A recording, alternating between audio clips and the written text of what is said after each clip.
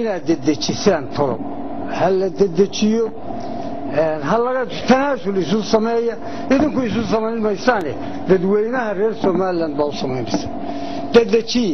doorasho dambe oo dib u dhacda ama hakad galaana ayayna soo marin hadda markaanu kordhino muddo intii hore 4 sano 3 sanadood bay salsalaabaysa yey dib u dhacay kasoo daray keenaysa qayb bay keenaysa waxaan ku rajaynahay sida uu ballan qaadeen annaguna waxaan idinku nahay garab iyo gaashaan way idinku ilaalinaynaa dawladda qarbiyiinta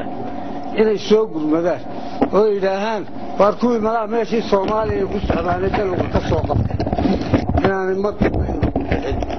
aynu hawsha ku filan baan ku rajaynay iyagana waanu mahadnaqay waxaan jeclahay inay dadyogoodii iyo dawladahoodiiba bogaadinta iyo mahadnaqa naga gaarsiiyeen waa salaamantii isku soo dhaweynta iyo isfahamsiinta dadka reer Soomaaliland haday tahay xukuumad haday tahay golayaal iyo haday tahay ahsaabta qarankaba waxaan ilaahay mahadiyaa in maanta meel wanaagsan ay taagan tahay waxaan aad uga xunahay halkan maanta inaanay fadhiin dhammaanba dadkii iyaguna qaybta ka ahaa heshiisiinta iyo isku soo dhaweynta muranadii bariyaha dhawey taagna waanu ka xunahay iyagana in maanta cidi ka joogto oo farxadan ay kala qayb galaan aad iyo aad bay wanaagsan waxaan rajaynaynaa oo ilaahay ka baryaynaa in hawshani sida ay maanta u dhacday ay ku dhawowdo run ahaantii shacbiga reer Soomaaliland iyo reer Soomaaliland ba halkan dheer bay soo galeen halkan ka dheer ay soo galeenna waxay ahayd inay dalkoodan u noqdo dal madax bannaan oo dawladnimo wanaagsan oo dadkooda hoos harsadaan ay helaan waxaan ilaahay ka baryaynaa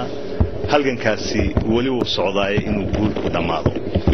waxaan rajaynaynaa saddexda xisbi hawsha ay maanta wada saxeexeen inay dhawowdo oo heshiisyo badan oo hore oo dhacay oo dhaboobin baa jiray kan inuu noqdo kii dhaboobay ee hirgelay inuu noqdo ayaan ilaahay ka baryaynaa waxaan ilaahay ka baryaynaa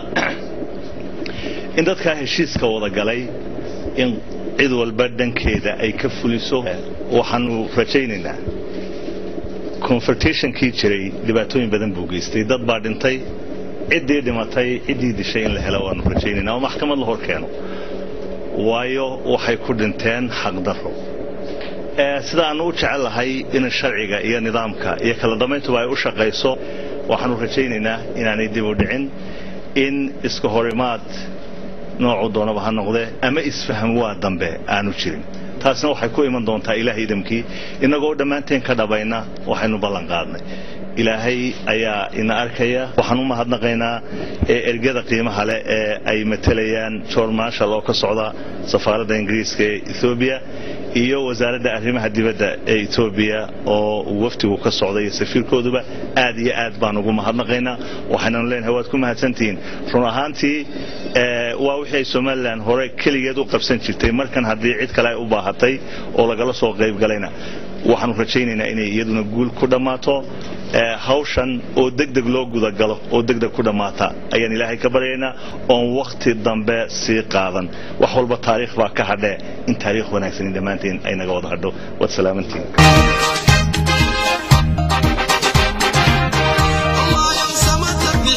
Somalia